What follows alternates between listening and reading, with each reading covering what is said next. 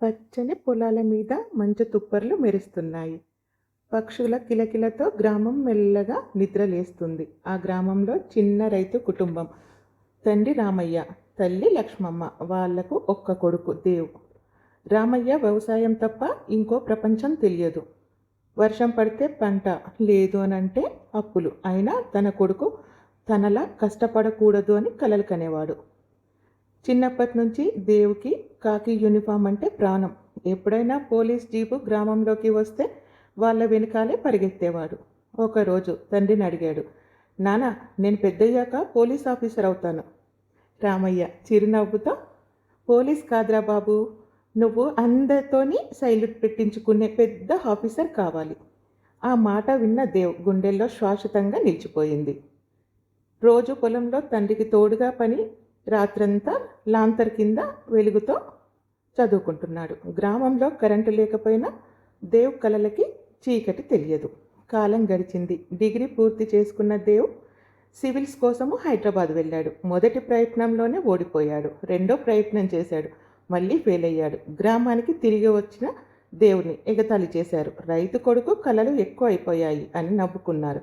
కానీ రామయ్య ఒక్క మాట అన్నాడు, పడిపోయిన వాడే లేవడము నేర్చుకుంటాడు, నా కొడుకు ఓడిపోడు. ఆ మాట వినగానే దేవుకి మళ్ళీ ధైర్యం వచ్చింది.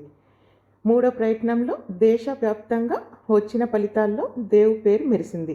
దేవ్ ఐపీఎస్కి ఎంపికయ్యాడు. ఆ వార్త విన్న గ్రామం మొత్తం సంబరాలతో మునిగిపోయింది. రామయ్య కళ్ళల్లో ఆనంద బాష్పాలు. నానా, నా కొడుకు రైతు కొడుకుగానే పుట్టాడు, కానీ దేశానికి పోలీస్ అధికారిగా నిలిచాడు అన్నారు. కొన్ని నెలల తర్వాత దేవ్ ఐపీఎస్ ట్రైనింగ్ పూర్తి చేశాడు. ఇంటికి రాగానే వాళ్ళ మేనమామ కూతురు అయిన చైత్రాని దేవుకిచ్చి పెళ్లి చేస్తారు. చైత్ర 10వ తరగతి చదివిన సంస్కారము, కుటుంబ విలువలు, పెద్దల పట్ల గౌరవము ఇవన్నీ ఆమె ఆభరణాలయ్యాయి. పెళ్లి తర్వాత దేవ్కి తొలి పోస్టింగ్ హైదరాబాద్, ఐపీఎస్ ఆఫీసర్. కొత్త నగరము, కొత్త బాధ్యతలు. చైత్రకు కూడా కొత్త జీవితం మొదలైంది. కొన్ని సంవత్సరాలు గడిచాయి. వాళ్ళకి పండంటి కవల పిల్లలు పుట్టారు. వాళ్ళకి లక్ష్మణ్, రామ్ అని చెప్పేసి పేరు పెట్టారు. ఉదయం వెళ్తే కానీ రాత్రి ఎప్పుడు వస్తాడో కూడా తెలియదు దేవ్. అయినా చైత్ర ఒక్కసారి కూడా ఫిర్యాదు చేయదు. అయితే ఆమె మనసులో ఒక చిన్న కోరిక మాత్రం ఎప్పుడు ఉండేది, నేను కూడా ఇంకా చదువుకోవాలి అని చెప్పి. ఒకరోజు దేవ్ ఆఫీస్ నుండి కొన్ని కేసు ఫైళ్ళు ఇంటికి తీసుకొస్తాడు. చైత్ర ఆసక్తిగా వాటిని తిరిగేస్తూ చదవడం మొదలుపెట్టింది. దేవ్ నవ్వుతూ, పోలీస్ స్టేషన్లో ఫైల్స్, ఇంట్లో కూడా ఫైల్సేనా, నన్ను కూడా కొంచెం పట్టించుకో అన్నాడు. చైత్ర చిరునవ్వుతో, ఫైల్లో ఒక్కొక్క కథ ఉంటుంది కదా, అందుకే చదువుతున్నాను అది. దేవ్ ఆ అమాయకత్వానికి నవ్వుకున్నాడు. కానీ కొన్ని రోజుల తర్వాత 5 ఏళ్లుగా ఛేదించలేకపోయిన ఒక సంచలమైన హత్య కేసుని దేవుకి అప్పగించారు.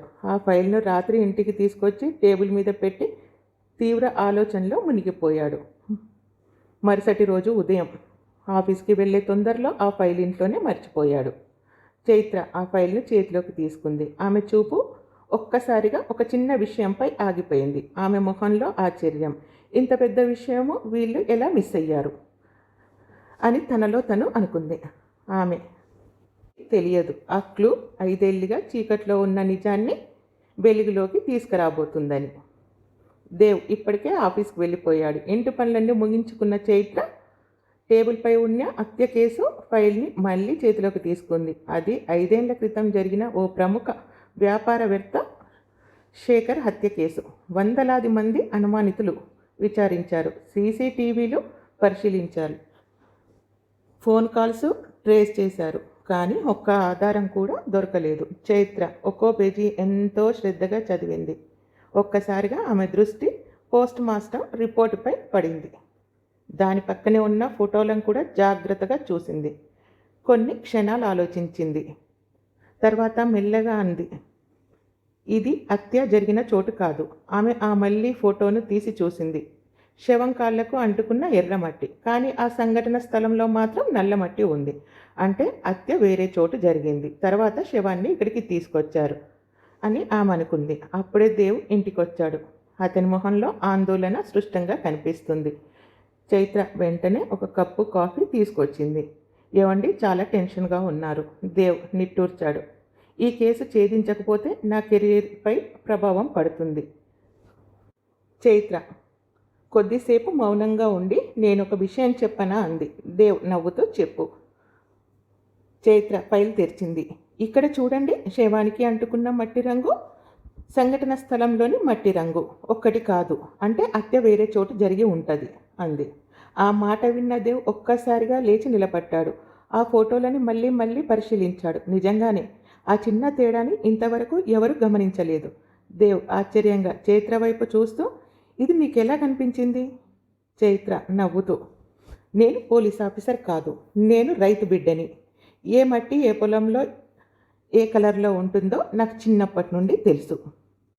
చైత్రాన్ని మెచ్చుకోలుగా చూస్తూ ఆ క్లూతోని ఒక్కొక్క నిజాలను బయట పడసాగాయి. 5 ఏళ్ల క్రితం జరిగిన హత్య వెనకాల ఒక పెద్ద రాజకీయ నాయకుడు, 2 వ్యాపారవేత్తలు, పోలీస్ శాఖలో ఒక అవినీతి అధికారి కలిసి చేసిన కుట్ర ఉందని దేవ్ గుర్తించాడు. ఆధారాలతో కోర్టుకు ప్రవేశపెట్టాడు. విచారణ జరుగుతూ ఉండగా నిందితులు చైత్రను చంపేందుకు ప్రయత్నించారు. కానీ దేవ్ సమయానికి చేరుకొని ఆమెను కాపాడాడు. చైత్ర ధైర్యంగా కోర్టులో నిలబడి తను గుర్తించిన ప్రతి క్లూ, అవి ఎలా కేసును ముందుకు సాగించాయో వివరించింది. ఫోరెన్సీ ఆధారాల ప్రకారం సాక్షులు, చైత్ర చెప్పిన విశ్లేషణ ఇవన్నీ కలిపి నిందితుల నేరాన్ని నిరూపించాయి. కోర్టు ప్రధాన నిందితుడు కారాగార శిక్ష విధించింది. తీర్పు తర్వాత రాష్ట్ర ప్రభుత్వం దేవును ప్రత్యేక సేవ పథకంలో సత్కరించాలని నిర్ణయించుకున్నారు. వేదికపై మంత్రి దేవును పిలిచాడు. దేవ్ మైకు పట్టుకొని అన్నాడు, ఈ గౌరవం నాకు కాదు. ఈ కేసులో మొదటి నిజమైన క్లూ కనిపెట్టింది నా భార్య చైత్ర. ఆమె 10వ తరగతి వరకు మాత్రమే చదివింది. కానీ నేర్చుకోవాలనే తపన, ఆలోచించే శక్తి ఆమెని ఇక్కడికి తీసుకొచ్చాయి. ఈ పతాకం ఆమెదే. దేవ్ మాటలు విన్న వెంటనే ఆ హాలు మొత్తం కొన్ని క్షణాలు నిశ్శబ్దంగా మారిపోయింది. తర్వాత ఒక్కసారిగా చప్పట్లతో సభ మొత్తం మారుమోగింది. మంత్రి స్వయంగా స్టేజి మీద నుండి దిగి వచ్చి చైత్రాని వేదికపై ఆహ్వానించాడు. వణుకుతున్న అడుగులతో స్టేజి మీదకి వచ్చిన చైత్ర కన్నుల్లో ఆనంద బాష్పాలు ఆగడం లేదు. మంత్రి నవ్వుతూ అన్నాడు, చదువంటే కేవలం డిగ్రీలు కాదు, నేర్చుకోవాలనే తపన అసలైన విద్య. ఈరోజు మీరు అందరికీ అదే నిరూపించారు. కానీ చెప్పి దేవ్ కోసం సిద్ధం చేసిన సన్మానాన్ని చైత్ర చేతుల మీదుగా అందజేశారు. దేవ్ తన భార్య వైపు చూస్తూ, నువ్వు నా భార్యవే మాత్రమే కాదు, నా జీవితంలో నేను సాధించిన ప్రతి విజయానికి కనిపించని శక్తివి అన్నాడు. ఆ మాటలు విన్న చైత్ర కన్నీళ్లతో, మీరు నన్ను నమ్మారు, అదే నా బలం. నేను చేసింది భార్యగా నా బాధ్యత మాత్రమే అంది. ఆ రోజు అక్కడున్న ప్రతి పోలీస్ అధికారి తమ భార్యలను గర్వంగా చూసుకుంటున్నారు. కొన్ని రోజుల తర్వాత దేవ్ ఒక నిర్ణయం తీసుకున్నాడు.